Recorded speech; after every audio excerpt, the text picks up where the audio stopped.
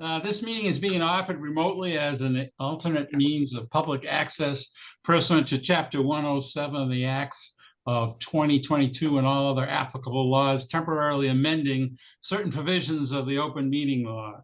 You are hereby advised that this meeting and all communications during this meeting may be recorded by the town of Hingham in accordance with the open meeting law. If any participant wishes to record this meeting, please notify the chair at the start of the meeting in accordance with Mass General Laws, Chapter 30A, Section 20F, so that the chair may inform all other participants of said recording. I don't think anyone else is recording this thing, although John may do it. I don't know.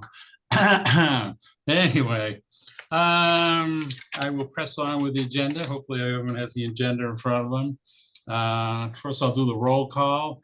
I have Dave Jones, I have Michael Leary, John Lawler, and John Rice, and Michelle Balconi attending. And we'll get that into the minutes.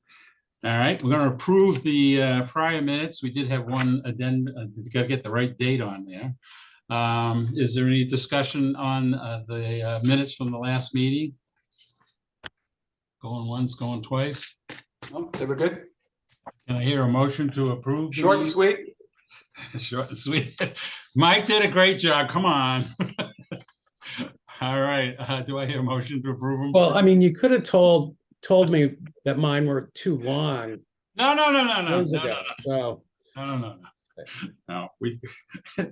It's hard to fill your shoes. Okay. The motion, John, you doing a motion to approve this thing? Motion to approve the minutes. All right. Who's going to second? All right. I am supposed to voice call these guys. Michael Leary. yes. John Lawler. Yes. John Rice. Yes. Okay, and I do approve. The meeting minutes of October 12th, 2022 are hereby approved.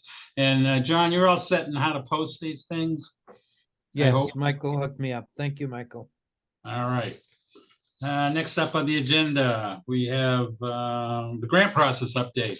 I'm a little behind on my paperwork here, so where are we with the grant process? And can someone, we did some updates and whatnot.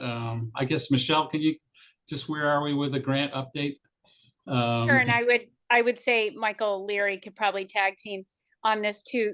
John Coughlin, the town's attorney, drafted an amendment because anything of material purpose that we change in the Harbor Media grant, production grant program, because it's mentioned in our agreement with the town, requires an official amendment to be approved by both parties.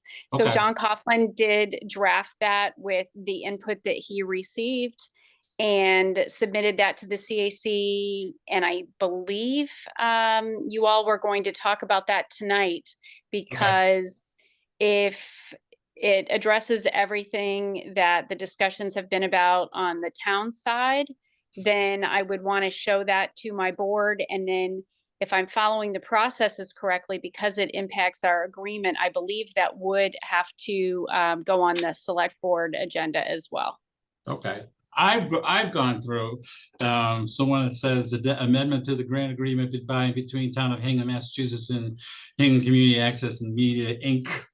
And it's mostly section 4H is hereby deleted and replaced in its entirety by the following new section 4H, and it just, well, it's everything we talked about, you know. Yeah, so go ahead, Mike.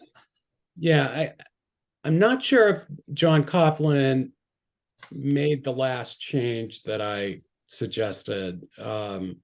Michelle, did you remember seeing another draft from him? I don't know if what I saw was the final draft. That's why I'm hesitating.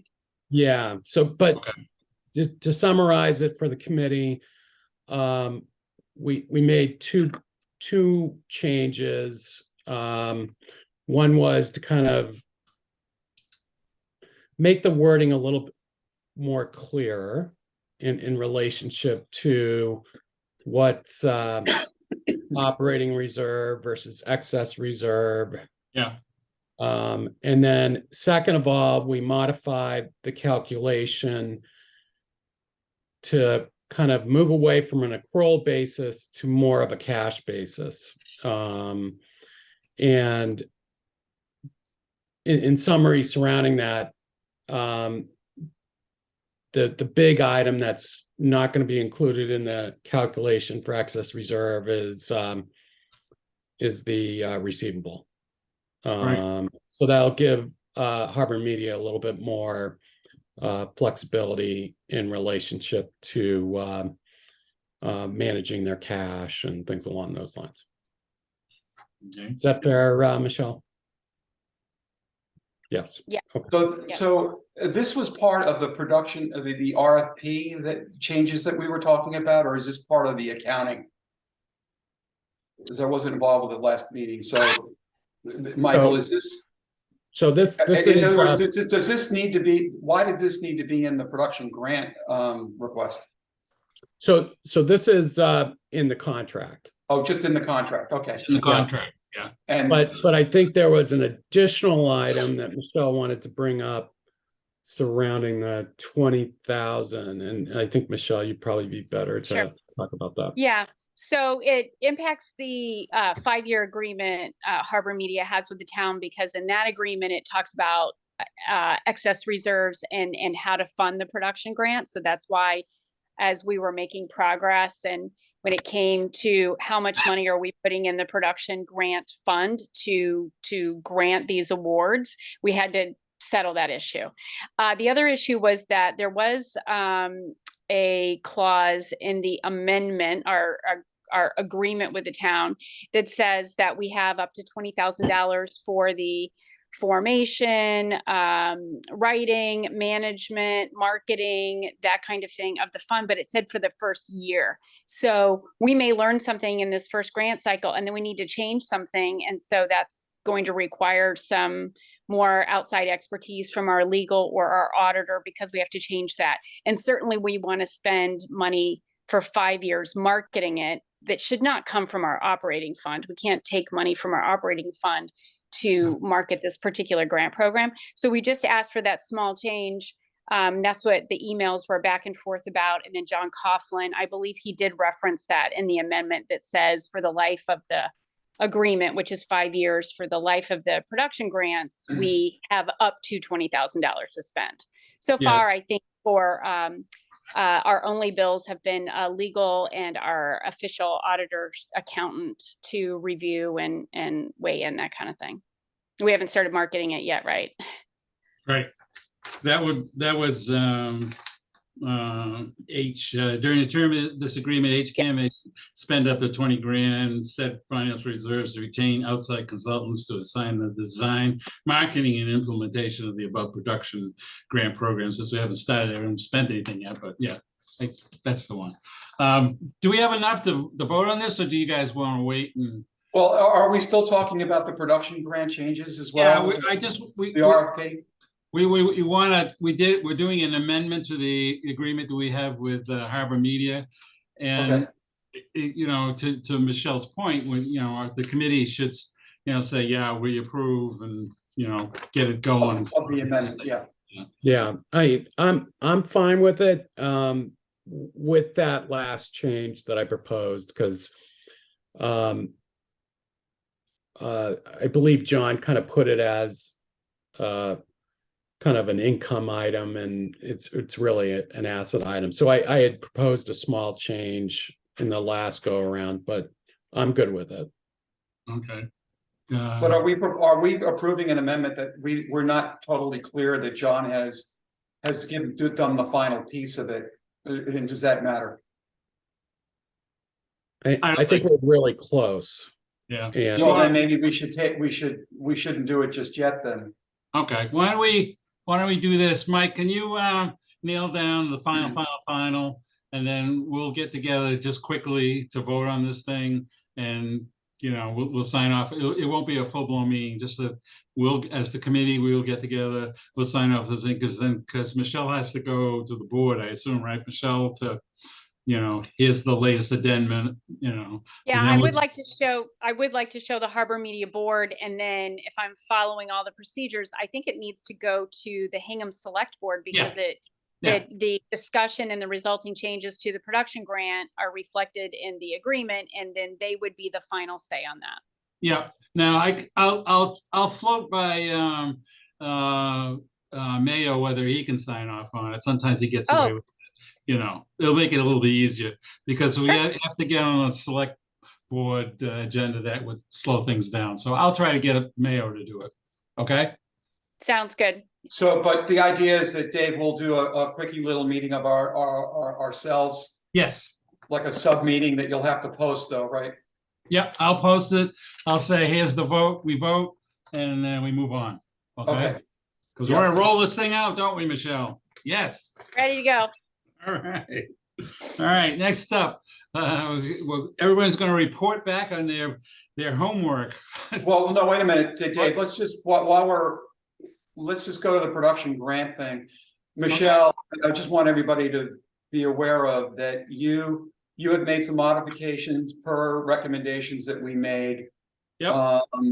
Where we lost that clause that was the clawback Yes. provision, and there was one other thing that I think you modified. So could you The maybe ins- explain how the RFP has changed, and are you confident that the RFP is good to go at the moment in terms of being able, if tomorrow you announce that you're doing the production grant cycle, and you're sending that out, and also now that you've thought about it, what are some of your plans for promoting the grants so that you can get a wide variety of people to know about it and giving them time they're going to need time to put together proposals. You can't just be like, submit your proposal next week. So could you give us a little idea where the production grant is and what you're planning to do for the rollout?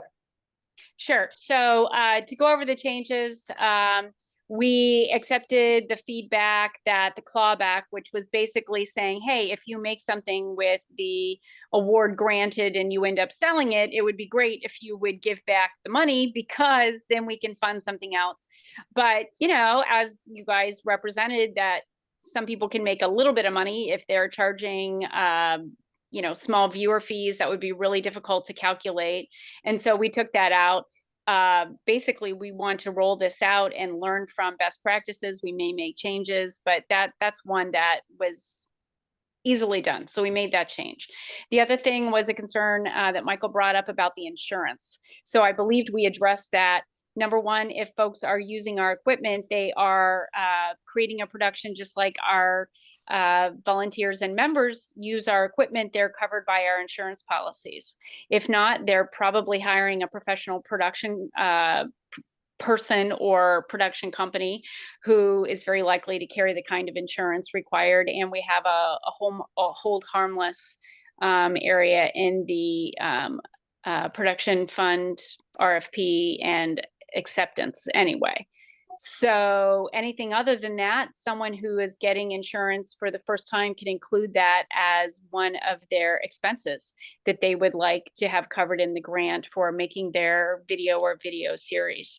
So we feel like we addressed all of those issues. The other small change we made, which was just on our end, because I've been talking to so many people, is that prior it said no finishing grants, meaning that you couldn't apply for a Harbor Media production grant if you had already shot footage but needed post-production funds.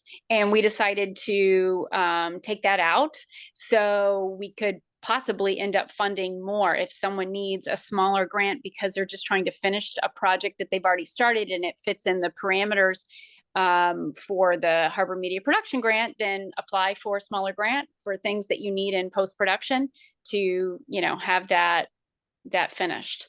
So those were, I believe, all the changes made. In terms of marketing, obviously our timeline has changed because, at this point, mid-November, I think we'd all be lucky to launch it by the 1st of December. I really don't know that it's going to launch in the month of December at all now.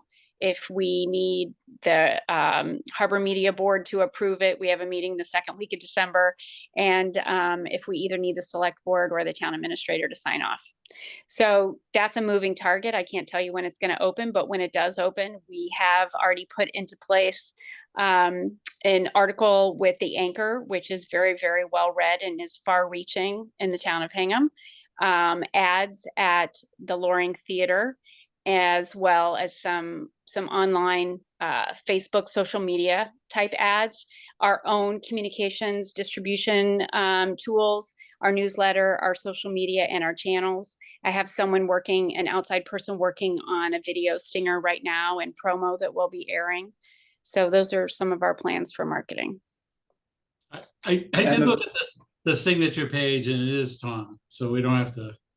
Oh, okay. And have you set up a process for evaluating the proposals in terms of, a lot of the people that are doing it are probably I'm not sure if they have the experience to read production proposals and understand exactly what they're going through. You could be getting proposals in a number of different formats.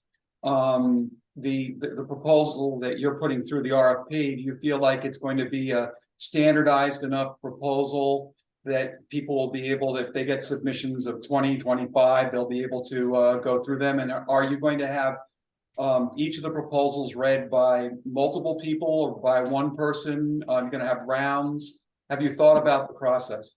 Yes, so the application process will be on our website.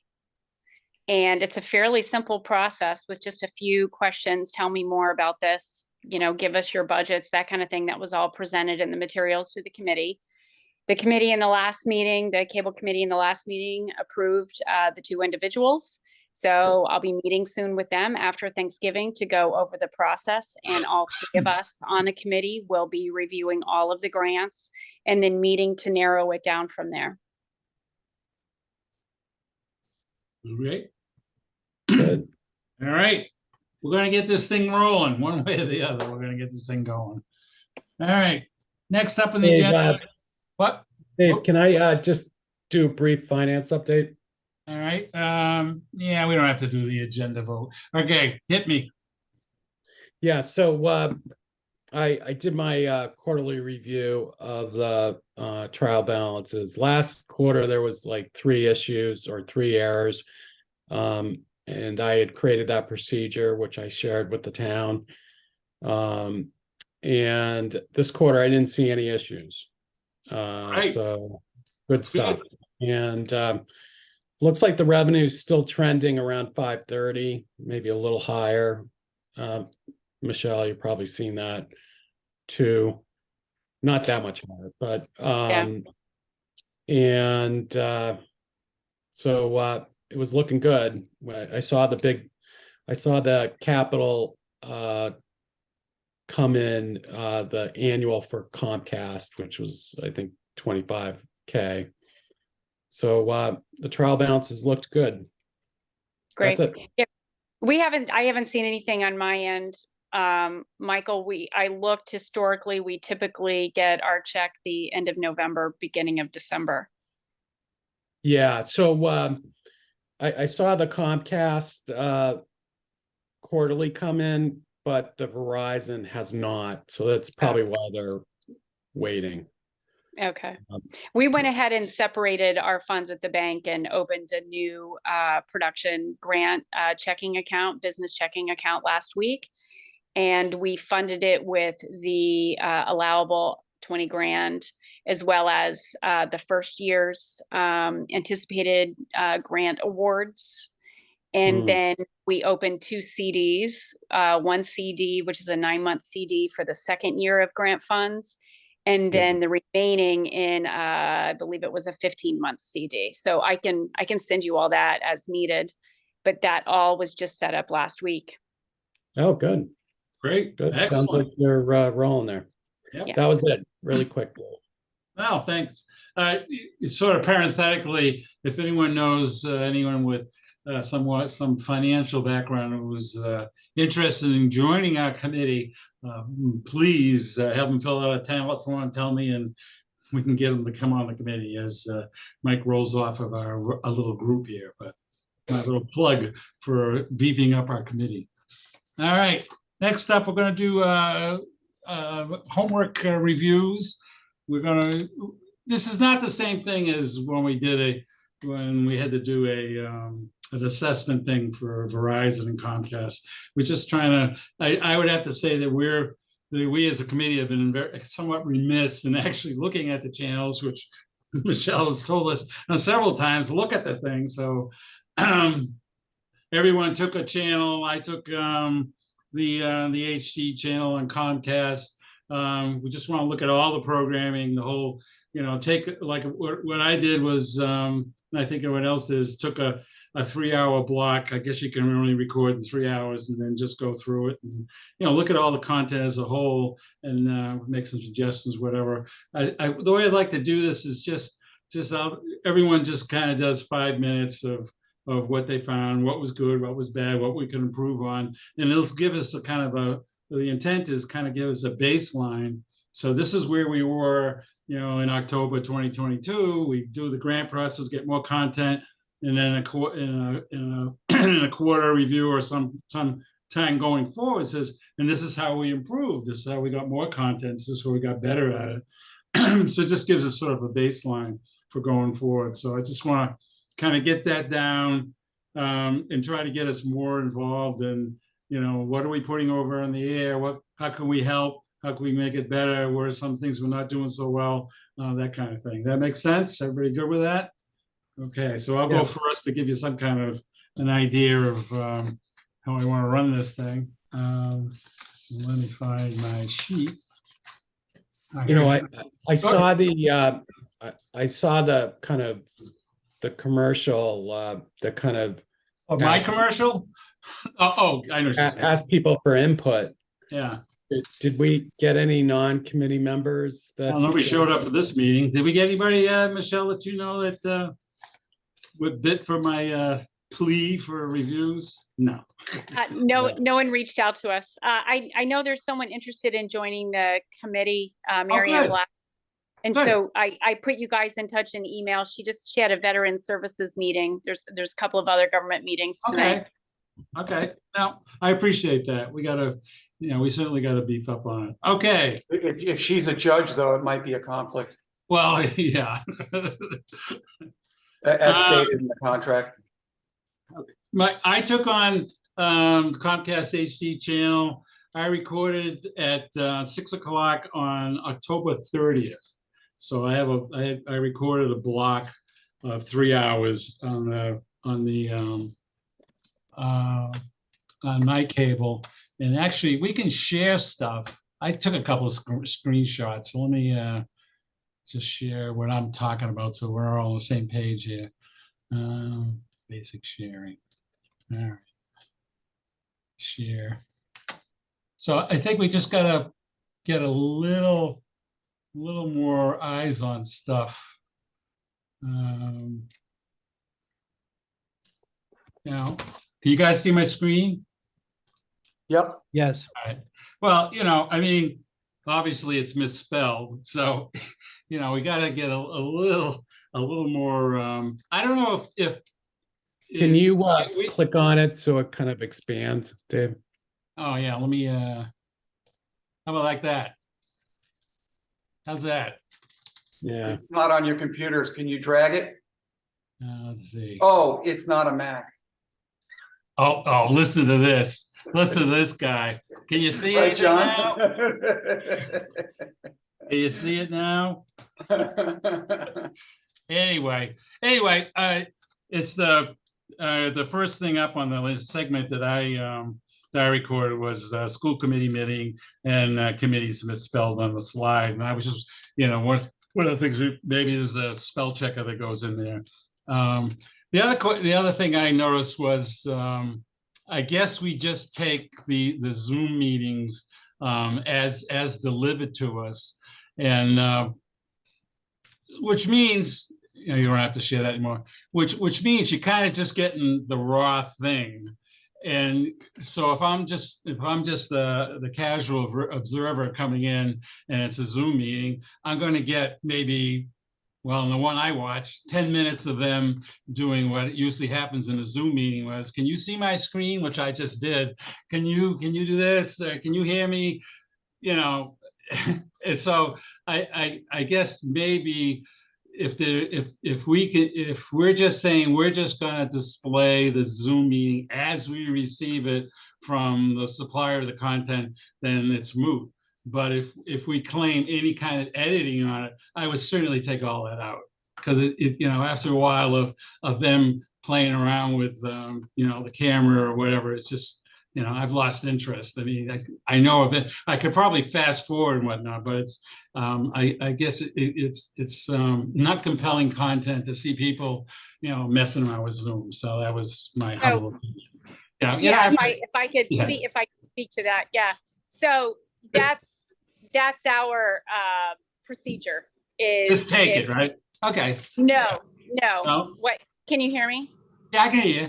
Oh, okay. No, our procedure is to get something and trim it to the gavel, to with the opening. If that Yeah. didn't happen, I'll speak to the staff. Okay. And the other thing is, as we go through all these, I think there'll be some common stuff, and we can just consolidate it all into one thing. Dave, I think in the interest of time, if everybody just makes their comments about Let's what make- they've yeah. seen, and then Michelle can react at the end of it, because Yeah. otherwise we'll be here forever. God knows we don't want to do that. We do it in the segment I watched. We did have, and which I kind of like because I'm a techno weenie, we did have a lot of screens with QR codes, which is great. But the thing is, if you're going to have a QR code, you might want to have the screen up there long enough so I can dredge out my camera and actually take a picture of it. So the time, I'm not sure if there's a recommended duration for a screen with a QR code, how long you should leave it on there, because some of them it says, well, here it is, and it's gone. I mean, I haven't got my phone out and I can't. So, you know, if there's any kind of, if we could do some kind of guideline, if you're going to put up something as a QR code, it's got to be up there and it has to be in resolution, you know, whatever. So if we're going to do those. So, and the thing was, you know, some of the screens go, you know, our doing screens are a little on the quick side. And Michelle's already working on this. When we put up our slide about the HD channels, the HD channel numbers are actually pretty small font and everything else is kind of big. So if we could kind of rework, if we're going to trumpet the HD channels, you know, I think you know the slide I'm talking about. Let's make the numbers really big. And that's probably should be the biggest font there for the Verizon and the Comcast channel.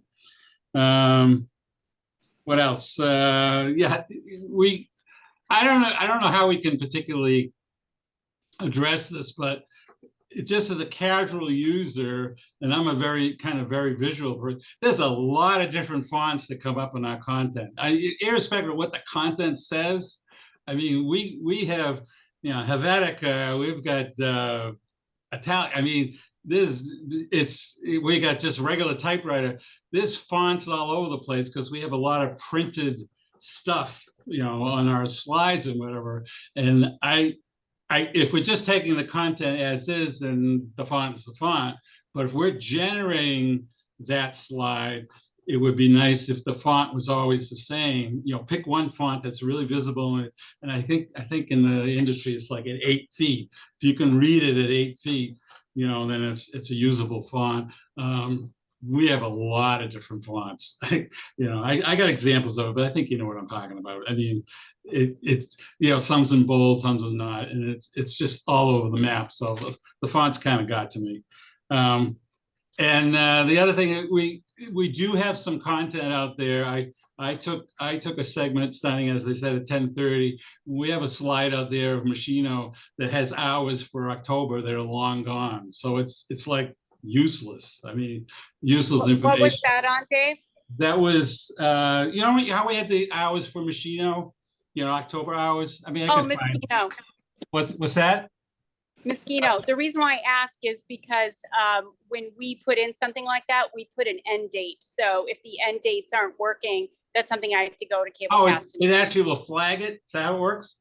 That'd be cool. Yep, you can, Yeah. yep, we put in end dates, yep. Yeah, so anyway, so I'm looking at a slide that's talking about stuff that's long gone, so it's kind of useless, you know. Well, you said you watched October 30th, so we probably would have had her October hours up the month of October, and it probably would have ended October 31st in our schedule. All right, well, we That's can what my guess, yeah. do weekly or whatever. But anyway, so I thought that was a little weird.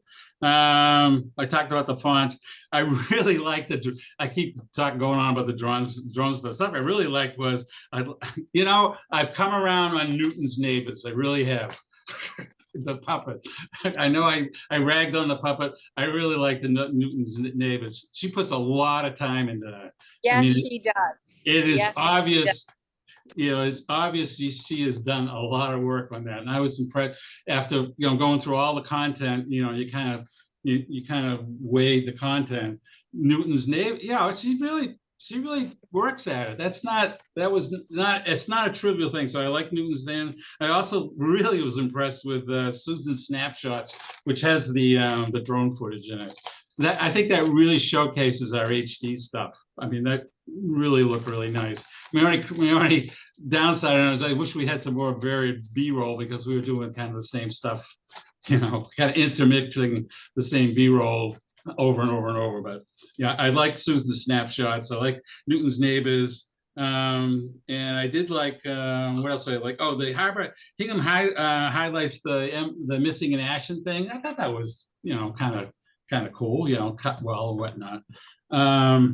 What else I had? And that, and I'm still, maybe it's been fixed, but when we got to the slides, we run a couple of slides. I think we have a promo, and we do a weather slide. I still get when I did it in 10:30, I was getting a little bit of hum in the background. I know we had fixed that, so maybe that's been fixed since, but there's a hum that happens that kind of annoyed me. So Dave, yeah. I looked at two different points. One was on 10:19 and the other one was 11:09. Yeah. And I noticed that too. They're buzzing. Yeah. It's sort of a low hum kind of thing. On those slides, those particular slides? Yeah. Okay. Yeah. Yeah. Well, I'm not sure if it was the weather or whether it was kind of transitions, but it was definitely noticeable. It was weird. Yep. And my last, so is that on the government channel? I'm sorry, which channel was that on? I was on the HD channel on my. Oh, it was on the education channel. Education channel. And was that you said October 30th? Because we've been back and forth with Cablecast on a couple of fixes for that. So was it after October 30th? Because then I'll go back to our tech lab with them. Okay. Yeah. What else do I have on there? I think I'm taking up way too much time here. Timing on this. Yeah,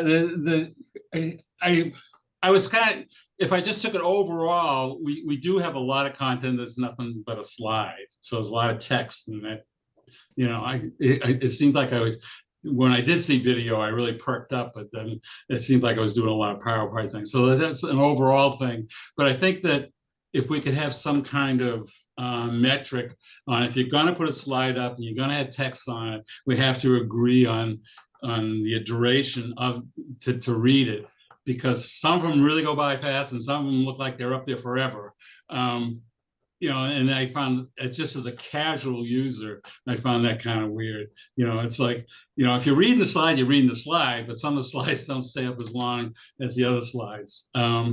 If we could avoid slides, that'd be great, because my impression, just as a casual user, whatever, is this is like something I'd watch on a computer. I mean, I wouldn't watch it on a TV, because the TV to me is a video thing, and the slides, you're losing me with slides, because I can read that on a computer. I'd like to explain that, because so when we make a video, or someone in the community makes a video, or someone gives us a video to air, it is uploaded through a software program.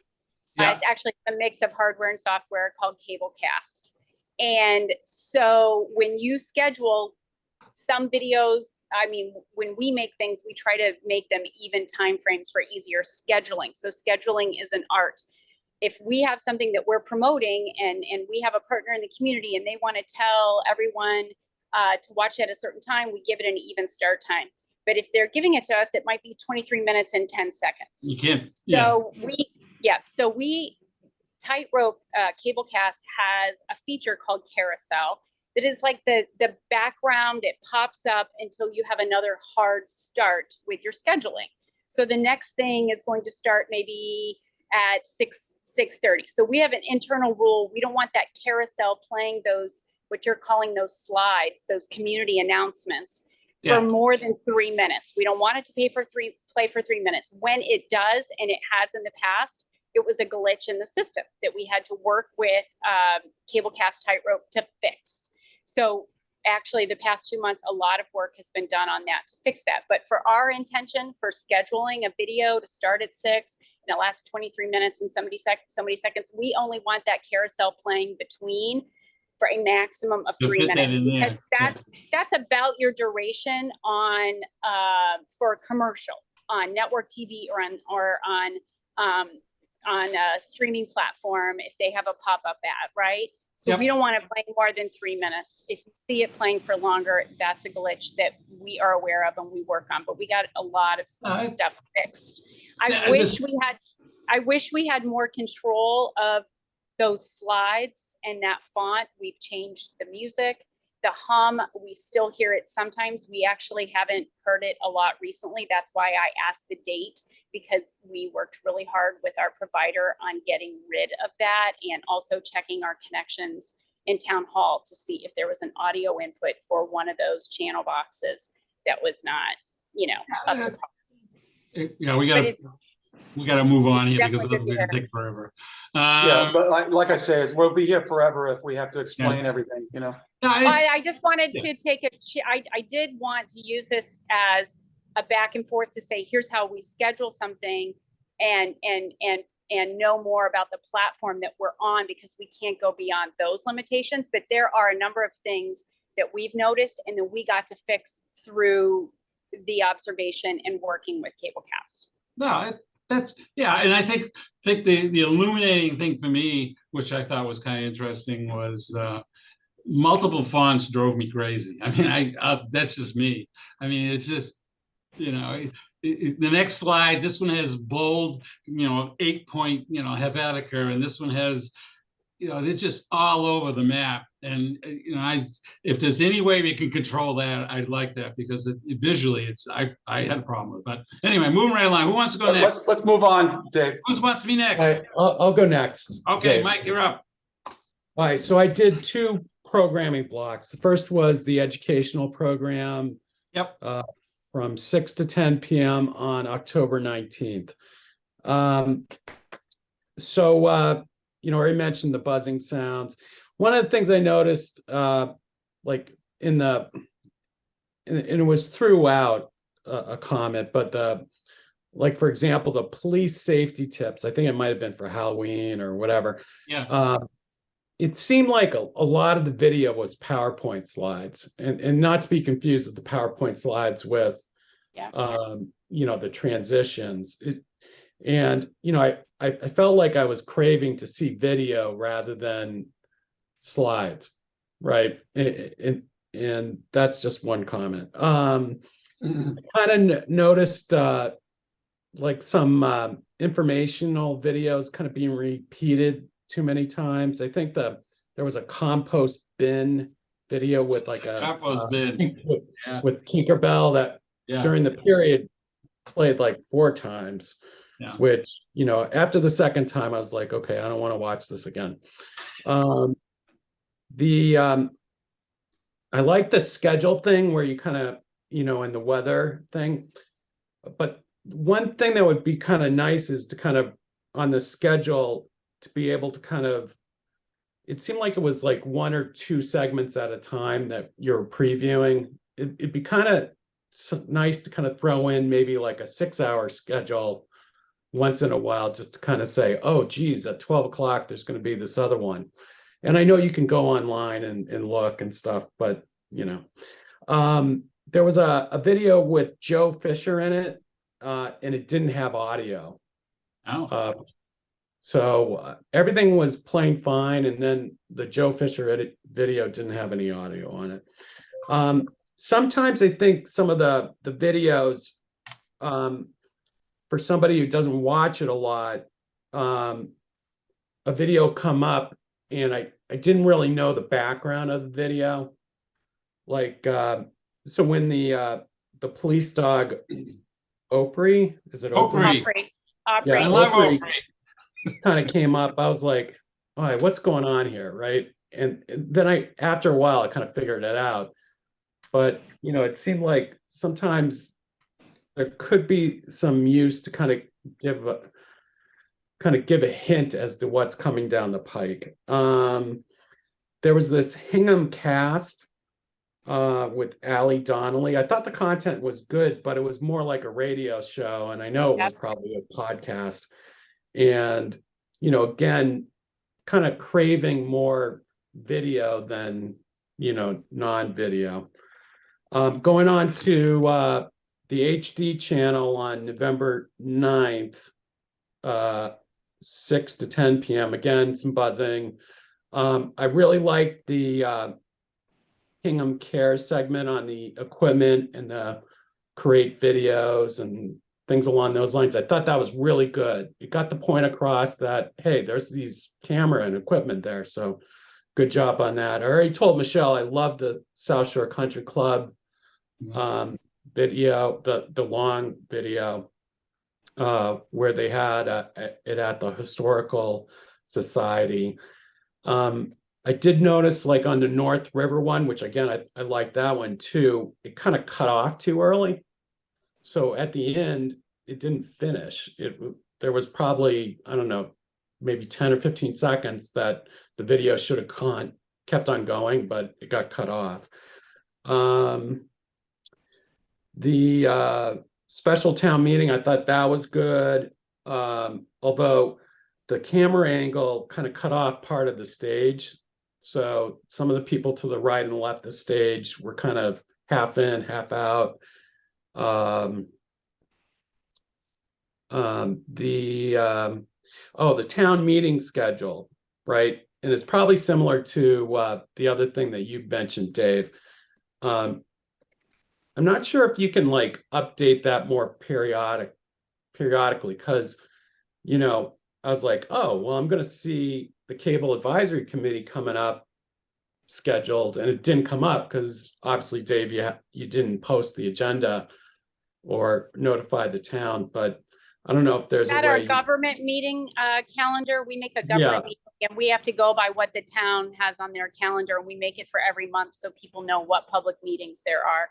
Yeah, and I think I was saying, well, maybe we should update that, and maybe that's just busy work, and we probably shouldn't be doing that. But yeah, because we get 48 hours notice, so we use what we can, and if something big changes, we can change it. But we only get 48 hours notice on a meeting, like the meeting tonight we didn't know about until 48 hours ago.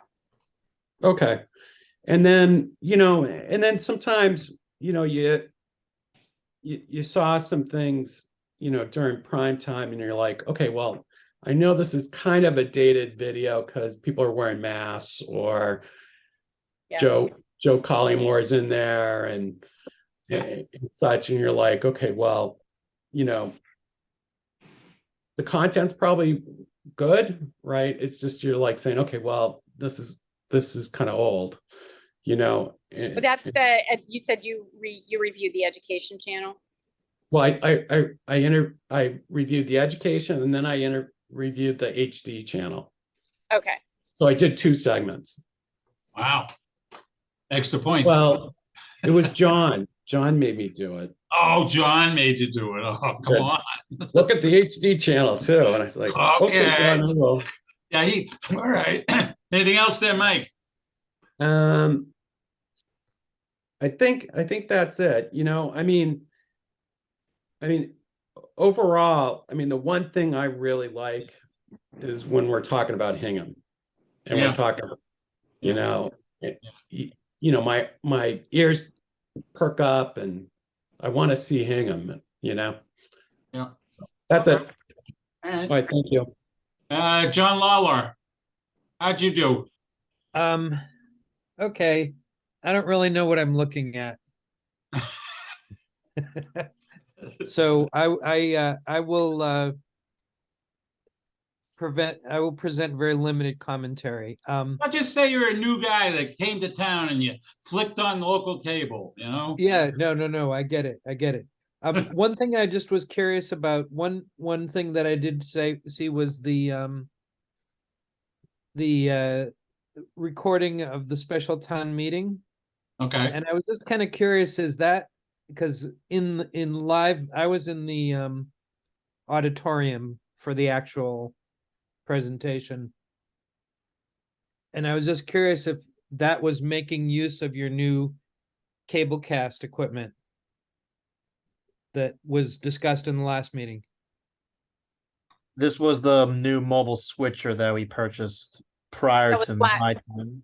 Yeah, no, we purchased that setup. It's called a mobile unit. It's 3 remote robotic cameras that we can control from one Right. unit. So we bought that end of May, beginning of June. Oh, okay. I mean, I thought both in seeing it on my home TV and seeing it from the auditorium, I thought that it was well covered. There were some points where, there was a cut to a different camera, so you got a different view of the gymnasium, sort of a wider angle view. I thought, and then the main camera was tight enough on the moderator that you could see him and see the reactions of the people right around him. I thought that was very well done. Yeah, can I add something to that? sure. I mean, that type of stuff for a novice like me impresses me, right? And I saw that in the school committee, a couple different angles, and I was like, oh, that's cool.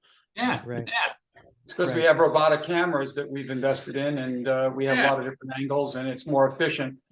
Yeah. One of the things that I spoke, John, with, because I was sitting next to John and at the event and Ryan and I discussed this, just something that you guys would have in your radar. It wasn't your fault, but the sync in the auditorium was about 4 or 5 seconds off in terms of the video feed. And Well, maybe we were watching video from the Harbor Media and the audio was just literally a microphone. And there was Well, there was a different audio vendor that was taking our feed, and we could certainly talk to you guys more about that on what our specific role was versus the town does a very extensive RFP with different vendors to run everything, even the closed captioning and the views in all of those extra rooms. And so, yeah, I'm not surprised. yeah, to hear- somebody's just got to tell the town to coordinate it so that it's right for everybody, you know. Yeah, I thought they were yeah. gonna take our video and audio, and then they said, "Oh no, Bonner set up all the speakers in there," and I'm like, "Well, that's not gonna be synced." So, Yeah. they only took our video and had What are you Bonner's gonna do? audio, which what are Yeah, you no, gonna I do? don't think it was your fault. I think it just No, needs no, to be no, no, yeah. coordinated in the future. they Yeah. definitely could have taken our audio and just played our audio to the speakers, and it would have been nice. It The would have been same, it would have right. been synced in the room, but they would have been 4 or 5 seconds behind, like from the live, in the auditorium. But I mean, a lot of what you guys are covering is meetings.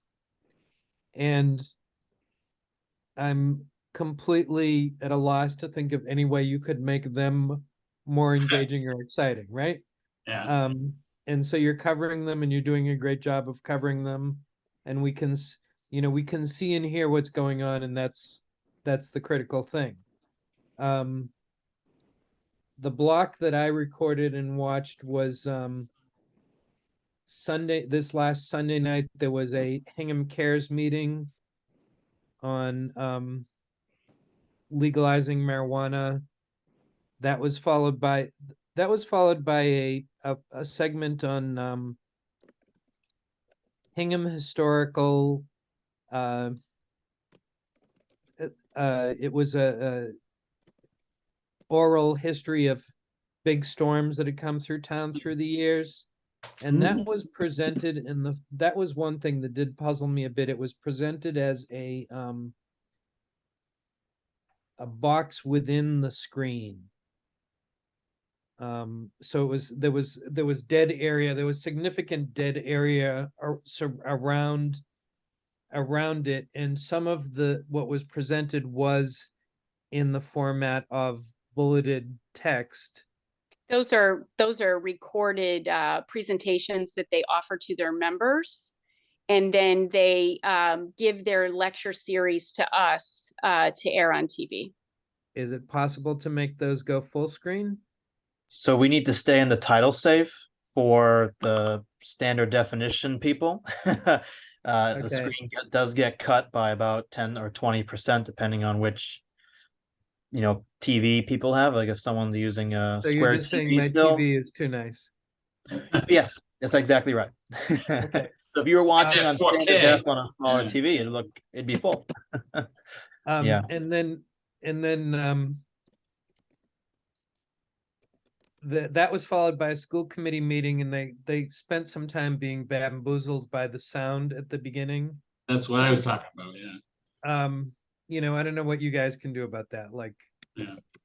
I don't really have any constructive criticism at this point. I think as I get more mileage watching the channels and understanding what's not possible and what is, maybe I'll have some more No, but constructive. I think it's important to get an impression, from someone who hasn't looked at it at all. You know what I mean? Because after a while, you like with anything. I don't mean just with anything. After you've seen it or done it for a while, you sort of have a familiarity with it, and you have lost that initial reaction thing. So I think the initial reaction is really good to have. I mean, when I go out to other systems and look at their stuff, it says, geez, it's different. Because I've never seen their stuff before.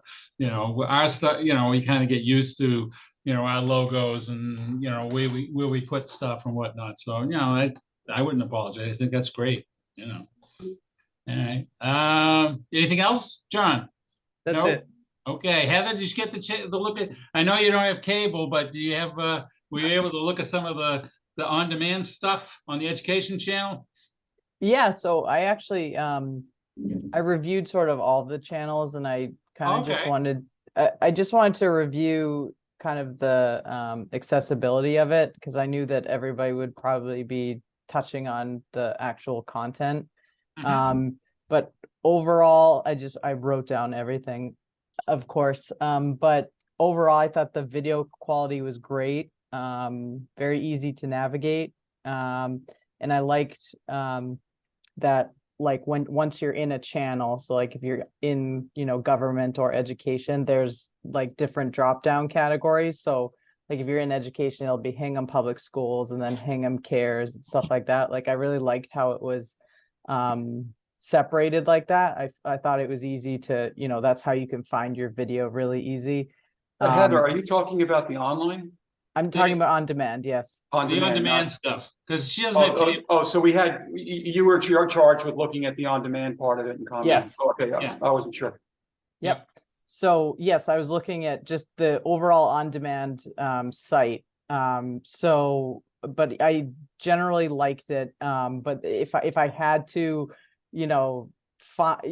look at it through a microscope, there were certain videos that like didn't have dates that I thought, maybe would be helpful to have dates, just so I could have, context as to when it happened. I don't know if you guys have considered that before. That's just something that I noticed.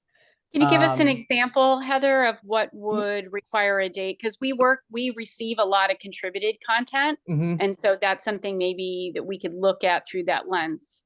Sure. I guess it would just be like a community update or something like that, that was possibly like in the spring or something like that, but there's no date associated with it. So it's hard to, I didn't write an example. I can let you know, but it just, I didn't know if because I know on your, is it Vimeo?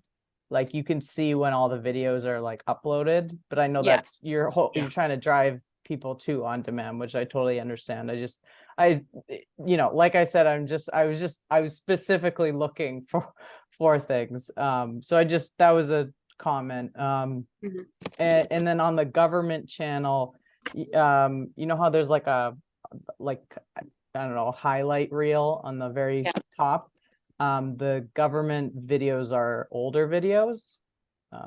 So they're from They're from June, or sorry, yeah, June of 2021. Is that on the government VOD? Yeah, So it cycles through, our software cycles through the most current uploads, but then for specific meetings, like you might have a committee that only meets, I would like to say once a month. Some of them only meet every couple of months, but if that's the only thing in our VOD, you're going to see that cycle through. And that's why you'll see an older date. But because select board meets very frequently, or school committee, that kind of thing, that automatically takes the most recent and then cycles through and then goes to the next committee. That might be it. I still wrote it down because we'll check it, but it's all software. It cycles through according to upload date. gotcha. Okay, well, that's helpful. This was just another thing. Once you're on the on-demand site, it's hard to navigate like back to the Harbor Media site. So I actually tried to click the logo for the Harbor Media and it didn't link back to the harbormedia.org. So I didn't know if like that was an easy fix or if you've considered it or whatever. No, that should be an easy fix. Yeah. Okay. And then I have gone to on demand multiple times and forgot where it was on the Harbor Media site. Yeah. So How do I get there? and I remember that it's under schedule. Yeah. But I think, you know, this out of all of my comments, this would probably be my one comment that you could listen to is like, you know, I think it would be helpful to visit, like actually say on demand, because Yeah. then people would know, wow, there's a bunch of videos ready, rather than schedule. Well, I don't even have cable, or, you know, I don't want to look at just a schedule, but then you pull up a schedule and there's all these videos, which, you know, That's so great input, because we used to have that, and then we went to one word action items, or not one, like get involved is two. But you know, we tried to like do these action items, but I definitely agree, and we can easily make that change.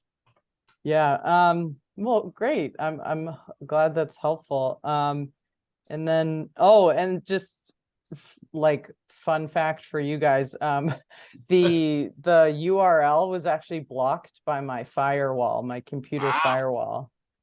So I got it, like, I don't know, Joe Andrews with the public schools did something and fixed it, but I just didn't know that. I just thought I'd mention that maybe some firewalls, like if people are trying to watch on demand, maybe at work or something like that, might have trouble. But you mean the URL for harbormedia.org is No, that one works, but the actual on demand is like, Michelle, what is the URL is like Yeah, numbers? so it's Yeah, technically a it's streaming through site. Cablecast. Yeah. Yeah. So if you're trying to stream something through the school system, it might automatically try to block the streaming, thinking it's Wow. like it's Netflix Exactly. or Hulu or something. wow. Okay. Shows Interesting. that, you know. But Wow. Cablecast should be able to go around that, because Cablecast is pretty much solely community access stations. So we'll look into that. It's interesting. Wow. Yeah. And I also had a question, I think it was about 2 years ago when we switched to that system, whether or not it was a secure site or not. So we, you know, checked the authentication and the security of that too, because someone, I think it was at Linden Ponds, had trouble accessing it. And it was a settings issue on what they could receive on their browser. So especially with the schools, that might be it. Gotcha. Well, if Yeah. that's something that you need to talk to the IT person at the school to rectify, because it would Yeah, be great if some of Yes, yeah, some Harbor Media programming could be accessed by, say the history teacher wants to show the lecture that happened at the Historical Society and it's on your on demand, it should be easy to get to. True. yeah. Yeah. So I worked with Joe Andrews and we basically, you know, whitelisted the website. Yeah. So You it's just good to go listed now. it, and yeah. Okay, good. I'm glad you did the on-demand stuff. See, we wouldn't have, okay. All right. Are you all set there, Heather? You okay? Yeah, just overall, it is a really great on demand. I really like the organization of it. Really easy to use. Just those couple things, if you know. Yeah. Cool. That's good Thanks. feedback, because that was an add-on about 2 years ago. We Yeah. added that on, and it was an expensive feature that we added, but we really felt that the community would like that option instead of, is this on YouTube or Vimeo? We have to put children's things on Vimeo for protection. We have to use this for YouTube. And then we've slowly gotten people on board with the video on demand and going to our website. And that was good feedback. It should say right on the top, on demand / schedule. So we can satisfy both needs of people looking for that. So that was good feedback. All Great, right. thanks. Last Heather, but not least, John, you I got your, would just ask just one comment to Heather before I start. Yep. There would be great value to us if you could periodically look at the HD channel or the education channel as well.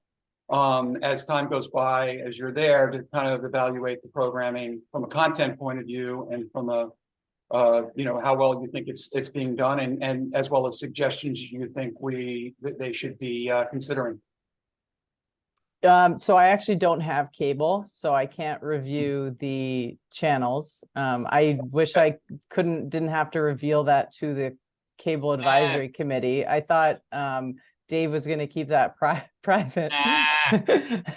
But yeah, so I do review the content, the education content very frequently on the on demand, and I do see the schedule. And I do want to mention that Erin DiMartino, she's been the education like correspondent or education producer. Is she just education producer, or is she senior producer? She does everything, Michelle. Well, yeah, she's officially education access coordinator, but she's a senior producer. She's been with us more than 7 years. Right. Yeah. So she, we work very closely. So like, for example, 2 weeks before the special town meeting, we got all of the videos that I had on Facebook and Instagram for the, Foster, like informational videos on Foster. I put them in a Google Drive and just pushed them all to Erin, and she like magically, put them first, like scheduled them, which I know is a challenge, got them on the on demand, and then added the QR code, for more information and stuff like that. So I'm constantly on this on demand site now that I can access it. And but I will continue to review it, certainly. excellent. Excellent. Okay, John, you're up. You got 5 Yeah. minutes. I got my DVR working. Hopefully at the end of the meeting, I can blow it away and have some more space. So yeah, I guess I did it on the October 29th, 31st, 28th, 26th, and then the 11th and the 4th. So some before the meeting and some after the meeting, because I think that the town meeting, you covered that very well and took a lot of time to do that. I did see the town meeting. I thought, obviously I went to the town meeting, so I didn't need to watch all of that. I sometimes wonder, I know that maybe the town wants you to play the whole town meeting for a long period of time, but I think at one point or another, the idea of pulling up some of the town meeting is not a bad idea, because there's a lot of preliminary stuff to that town meeting that after 30 minutes, people are going to go like, I don't want to hear the town moderator tell us the rules. We want to get to what the meat is. So I would think about some of those kinds of events being, pulled up or edited. Do you mean edited, John? I just want to be clear on the note. I mean, shortened, pulled up. We can't. It's a public meeting, so we can't do that. No, you can. I mean, as long as you play it enough, and then you could make a highlight reel of it if you ever wanted to. And you could also have interviews at the end of it, like now where we proved it. Now where do we go from here? There's more. Oh, to make a separate piece. After the see. fact. I'm Yeah. saying after the fact. Yeah. Okay, Not- a separate piece. And I'm saying for a period of time, you should play the whole thing, but at one point or another, it's if people want to know more about it, there's other ways to cover that topic rather than a boring sort of meeting that goes on for 3 hours that, was actually the most anticlimactic town meeting I've ever been to. Anyway, I think overall, I think that the flow of the network is good. I think the way that you're programming it, you're one after the other. You have maybe a few more sort of animations about Harbor Media than I would prefer. It seems like it's a little obligatory between every single segment. There's a there's a station ID, but I understand that you don't have a lot of ID, but you do have the bug. I would just say that the animations are, after a while they get a little tiresome, but it depends on how long you're watching it, I suppose. To David's point and other folks' points, I do think personally that there's way too much time spent on graphics and on cards and from in the shows, in the breaks, as David mentioned, multiple fonts, and it doesn't seem to be a rhyme or reason for how a lot of that stuff is sort of graphically presented. There's no crawls, it's just cards. I think it slows everything down. And to Michael's point, we do want to see video, and we think the producers have to think about, like, how can they convey some of this information either in video or in more engaging backgrounds and crawls that will do it, or to rewrite some of that copy if possible, depending on how it's presented to you, to make it clearer and shorter and more bullet point. I just think that we go on a little too long with that stuff. Overall, I think that the networks seem to be very event driven a lot of times. And I understand why that is with the government meetings. It seems like we're just responding to events, we're covering events. We're not really producing a lot of original programming. And I think that needs to step up. And the original programming that we have, I think sometimes it's a little bit of a mail-in. Like, I looked at the senior center piece and I was like, well, where's the B-roll for that? And it's just, interviews against the white wall, and it just bangs right into the interviews right from the top of the title card, which has got nothing to do. There's no, as someone mentioned before, there's very little context on why we're there and what we're doing, and frankly, storytelling. And I think we need to improve on that. Some programming, I think, is good. Like Cormac's World is really good that you're doing that with Cormac and everything. I do question why you use him as a voiceover artist for the health department. I think that he was a little unintelligible, and it's too bad, but I understand he has handicaps, but I think that's important information that has to be conveyed in a much clearer fashion. The Taking the Toke with Lori is, I think that's a good segment that she did. She's a member. I don't criticize anything that members do, really. But it just seems to me, we've been repeating that for like 2 or 3 years. I've seen that a million times, and we either need to update it or take it out of the wheel.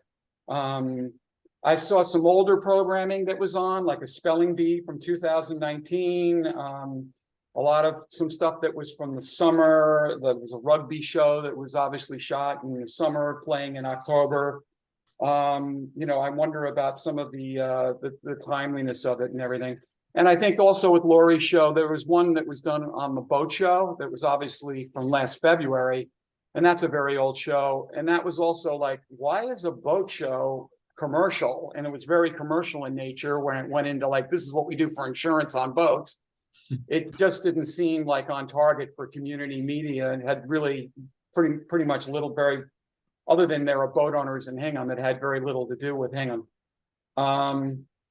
The library video seminars that I watched, there were no lights on the speakers when it dimmed. I mean, I know you maybe don't have that much control, but that room, you can put little spotlights on them just to bring their face up a little bit.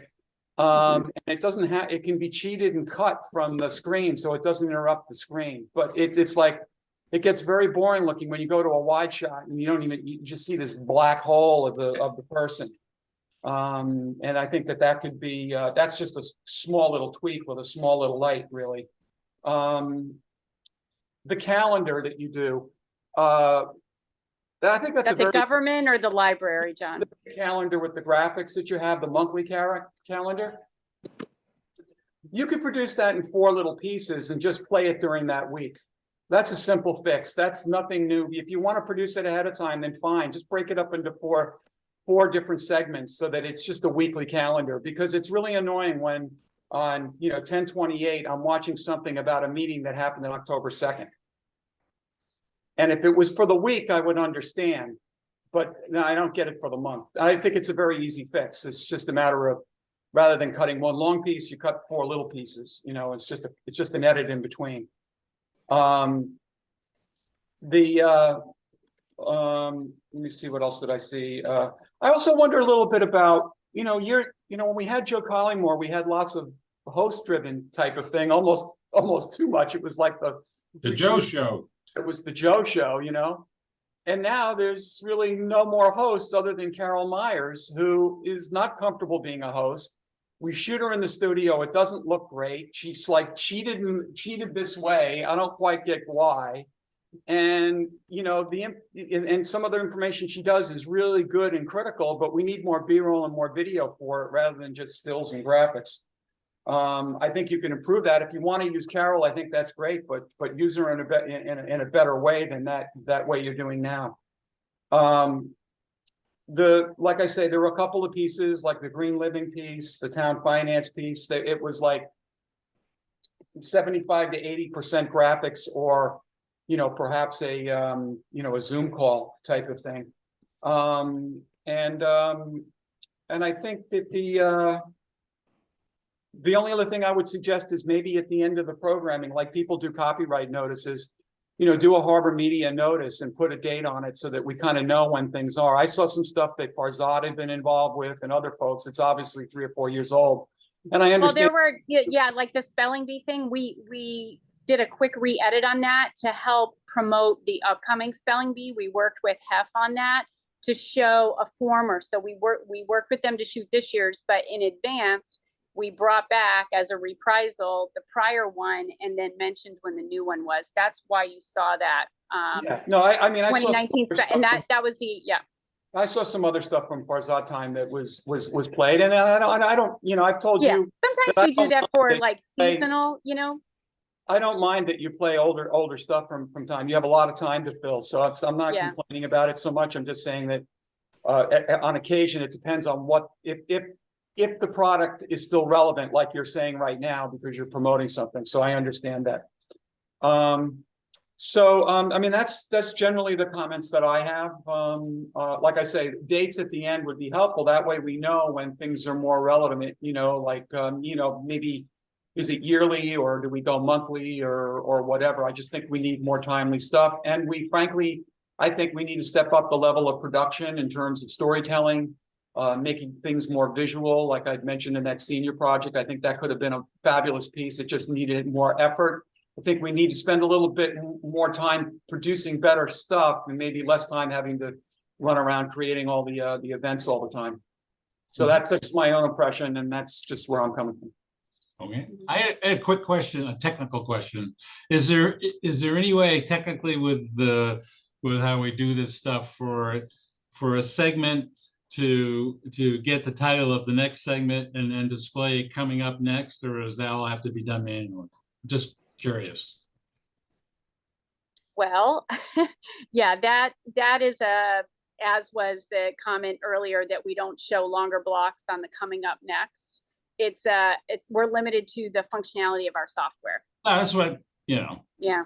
Yeah. Yeah. Because the only reason why I bring that up is that, and I know I keep harping on this, but it is annoying, is when you go to at least on Comcast, you have no idea, you know, live what's next. It's just local programming for 3 hours, you know, and then when you're watching the channel, you have no idea what's going to come up next. I mean, you just, so either you're interested and you're used to the flow, or you just like, you know, it's I guess what I'm saying for someone who watches a lot of cable and has an EP, you know, electronic programming guide, blah blah blah blah.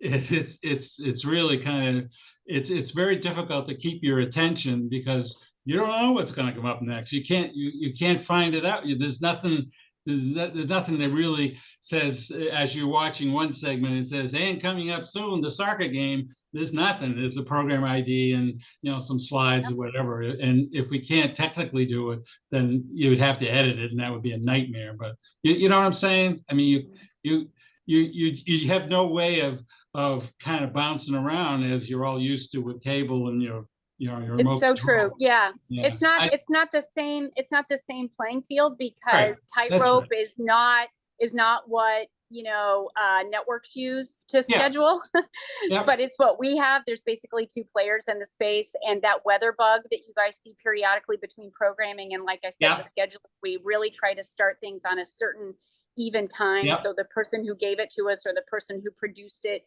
can help say tune in at 7 o'clock or even 6:15 would be acceptable, but not 6:23.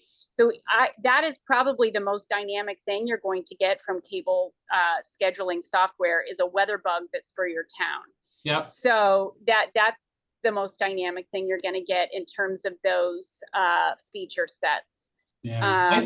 I didn't notice, is there, because there's a lot of slides that whiz by, is there any, maybe sort of a macro slide that knows from the wheel that we're gonna show the select board, the committee, kind of wedge that in someplace, so periodically, instead of one of the Harbor Media logo things that. Well, Dave, one of the ways they did it before, which I thought was effective, and I think that it can continue to be improved on, is if you remember, they had Joe Collymore would he did his bit. That's right. Those like announcements, and he would narrate them, and occasionally he'd be on camera at the town hall or different places. And they would superimpose the graphics as well over him to do a little bit of cover, but they would use backgrounds from Hingham and things of that nature. I think adding some more personality to the overall network by having 2 or 3 hosts who could come in, like once a month or something, and knock off on the teleprompter a bunch of those things and then roll those together would add more personality to it, and it would make some of those segments and those segues of the graphics a lot more engaging. Yeah. So I think there's a lot of good feedback. I took 3 pages of notes, lest you all think that we weren't listening. I would say, just categorically, if something is the audio goes out, if something ended abruptly, that is, please let me know immediately. That's a cablecast issue. We have 2 sets of eyes on every video that comes through. So we wouldn't upload a video that the audio went out unless it was a public meeting and it was a technology failure and we can't quote edit that public meeting. Like, do you know what I mean? But anything else, like every video, the person who edits it submits it and it goes through 2 sets of eyes. And that's why I am sorry. Every once in a while, a spelling mistake will happen. I'm very sorry about it. And like I said, we catch a lot. What I've learned is people who are visually talented, sometimes the spelling is tough and there is no spell check on a lower third, but that's no excuse. We have 2 people looking at it. That means it failed 3 people, the person who edited it, the first person who looked at it, and then me, right? So, and that happens, that definitely happens. So I'm sorry. But if something is, the audio goes out or something ends abruptly, that is a cable cast. That's our issue with a perfectly good video that we uploaded and then it stopped for the viewer or the audio went out. Those glitches, we keep a tech log and we are in constant communication with Cablecast and we say, figure out what happened. And they go back in time, they look at their tech logs and they tell us what happened. This box tripped, or go set your box at town hall or something like that. So we always want to hear that. We have some standards in place. So I'll be talking to the staff about, QR code minimums. The fonts, I agree with you. The times that we change them, it's because someone might have a longer title and we change them. And then my feedback is I can't see that. So that's all definitely internal conversations that we just need to reiterate what we have in place and talk about it a little more. Why didn't we do it that time? The gavel, that's always been for us. A live Zoom meeting is one thing. But when we're given Zoom recordings, we trim it. Gavel, we put up the little slide that says what committee meeting and what date with the town seal. That's kind of our thing. We standardized that 2 years ago and we trim it so it's gavel, none of the beginning of stuff. So I'm sorry that happened. We do get a lot of input from groups or organizations on their information on slides. So I know what you're saying, but we say, hey, we'll show you how to do this on your own smartphone and submit it, or use our cameras. We have smartphone tripods even that we've loaned out to people. So I agree with you. We're a TV company. We try to do video as much as possible. So I'm not gonna go through everything. There are a lot of good points in here. I would like to use some of this, so maybe the best format is email to the cable committee to kind of explain how our cable cast system works and how our team works. Yep. And then when we get something contributed, the Hingham cast is amazing. It has a great following, and we co-promote it with Allie. She does some voiceover work. She was just in the studio last week doing a recording for us. And you're right, it's not great. It's not great visual, but it's contributed content. And then we have to kind of weigh, are we going to go shoot a lot of B-roll for that? We don't air it a lot. We put some kind of hard and fast rules about how often we're going to air something like that doesn't have great visual, but her information is always so compelling. And that's the way she can work with us right now in terms of her schedule. I'd love it if she did her own show. She's done, I think, 2 interviews with us on camera that have been terrific. Have we delved into, back when I was working, we had endless, I mean, we did PowerPoint, I call it death by PowerPoint. But I did remember that when I got training on how to do PowerPoint or how to do a presentation, whatever, and the density of bullets and all the rest of it, there is a little bit of thought that should go into it.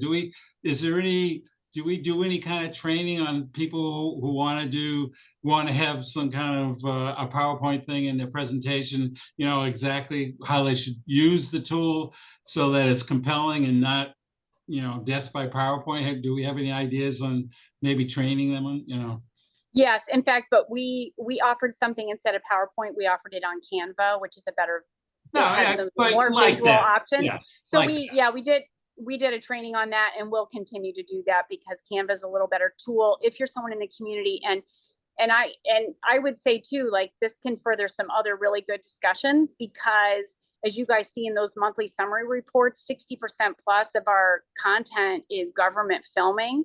So that's nighttime government filming. That's two-thirds of our videography staff does that several nights a week. So then for daytime work and producing, I get it. I understand it. There's always going to be a more visual, more compelling storytelling way to do it. And when we're working, usually what we're doing is working with people in the community who are producing their own piece, and we're trying to help them with their storytelling. Sure. I get it. I hear it. I wish we could 100% increase the way that we visually tell stories. But with community media, that is not our platform to do so. It's more, if you could think of it more of a teaching platform. And I think these could lead to all kinds of good discussions. Like we have a new student now coming in too. So that's 11 members a week coming in. That's 1 to 2 hours per volunteer per week that our staff is spending teaching people to script, host, shoot, edit, etc. Yeah. So they're spending that time. So that's not time that they're individually producing, and then they have to balance their hours with what they're filming at night. There are zero excuses. I'm just trying to provide a little more background on our workflow and how that happens and how the staff balances their hours. Joe was great. Joe still comes back to do some things. He's shooting a South Shore Conservatory PSA for a cool event coming up in December. So he's coming in soon to shoot a PSA for that. But he was a part-time employee, so we could really rely on him for those things. But that's not a staff member that we have anymore, and we're not growing our staff in that way. We've talked about that with our budget and the contract and saying how much we can spend on staff. We have 3 full-time videographers on the Hingham team. 1 is almost exclusively dedicated, according to the contract also, and workload to education. So again, I'm just trying to share how we work. And I know there's a lot of things that we could do better in video than on slides. A lot of that is contributed, and that's how we're getting people, if you want to say, kind of in the door. And then we make suggestions on how there could be a video element, or how we can add B-roll, or how they can even give us still images, like kind of baby steps. Hey, do you have some still images from that instead? Yeah, no, there's always room for improvement. I'm not trying to, Yeah. What do you know what I'm saying? Yeah. Yeah. Oh yeah. And it's really heating up too, and people are a lot more responsive and wanting to learn. But These are all good things, and all of our staff members were invited tonight. It just so happened that we had a government meeting opposite this too that got scheduled 2 days ago, or else you would have heard from more of our staff. So I'm thinking, down the road, okay, so we got all our comments, and thanks everyone for doing their homework. I felt like an idiot saying you gotta do homework, but you did your homework, so that's great. I would think if we could just circle back, obviously we'll work whatever we talked about today, and we'll get better, and then we'll do another one, I guess quarterly, where we can say, okay, we were here, 4 months ago, and now we're here. This is what we improved on. This is what I'm thinking quarterly. Does the committee think that's too short, too long, or No, I think quarterly that's sound good? Okay. I think quarterlies are good. And We I will- think, we will. we're just going to try and be as candid as we can about what we're seeing, and we'll try and be more inclusive with other people. Hopefully, some members of the public who can watch can be encouraged to come. Sure. We're a little short notice to get the card out. Maybe we do it with some other means of posters around town or whatever, just to get people to. And I think, Michelle, you were talking about the new signs were going to be generated that we're going to promote the channel assignments in a bigger way. than Bigger the numbers. ones that- The bigger number idea. Where's that stand? We're still waiting on some estimates. We had some art that went back and forth, so we're waiting on some estimates. Okay, good, because that'll be good. I think we post them in different places, coffee shops, things like that. I think that's could be the bagel store. That would be really helpful, I think. Because that's where people go. Michelle, the one thing with that announcement where you're looking for feedback and somebody to come to this committee, I thought that was great.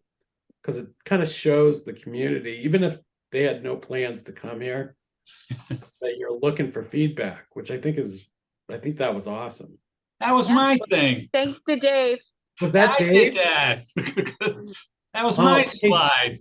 All right, Michelle, And a volunteer. forget what I reporter. just said. Dave, that was wonderful. Wow, okay. That's member. Dave's What a that's member. Dave's second PSA in 3 months. Well, I liked it. I liked it. I'm in the rewards program, yeah. And Yeah, I want to take a shout out to Kaylee, because I thought she did a really nice job on that last email newsletter that she put out. I thought Yes, that had yes. a lot of depth and a lot of new content, and with all the other people sharing and stuff, she's Yeah. obviously working it, so that's good. And Definitely true. I have to say that my hands-on experience with doing one camera for the veterans thing was well worth my time. Trust me. Well, we appreciated that. That was a good example of, that was definitely, we needed a volunteer to help out with that shoot. So thanks for doing that, Friday. Well, I think it's, obviously I'm trying to get more of the town to say, hey, you got this resource. It's your cable access. It's not, said, well, those guys do it. No. You can do this. And, I think the more that we understand what it is, what this is, well, what is the cameras we have? Now I know, how do we set this thing up? Now I know, what goes into doing it. I think that as we get more, if we can find people who are interested in doing that kind of thing, it grows, it'll grow content, hopefully. So that's my humble way of doing it. So. And I want to say thank you also, the comments on Lee's Newton neighbors. I like the puppet. Thank you for recognizing that, because my first, I think it was March and April 2020, the first couple of meetings I attended, the feedback wasn't great on what she was doing, but we're community media. So she was producing a show from an idea that was original and authentic, and she was scripting it, and she is a puppeteer, and she worked with our staff on learning to script, and then our staff at the time was shooting. She's now gone on to shoot and edit everything that she does. And we're so lucky that here we are. I think we might be close to 4 years. 4 years, yeah.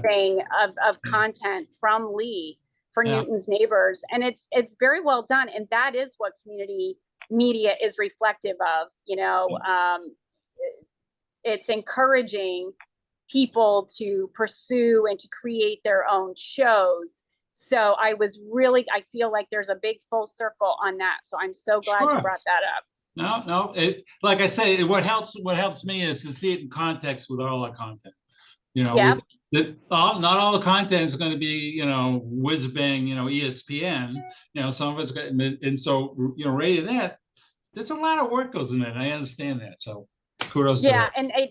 and when we met with the other executive directors from, I think there were 15 or 16 stations in our studio in October, community programming really is a gamut. You get people who, this is their day job and they choose, to do it because they love it so much and they bring people along, neighbors, Girl Scout troops, whatever, to be part of the production. And then you have people who are so new and nimble to the idea of sharing through video. They might be a good speaker or a good writer, but they're really trying to contribute to community programming.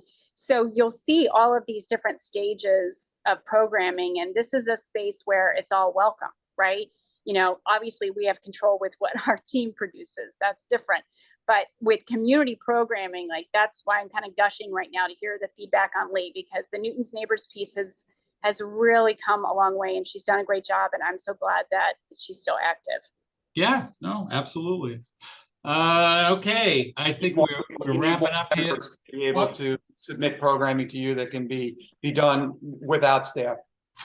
If that's anything you can do, we discussed that before about reaching out to social media people who could perhaps put things together, or you could roll it together.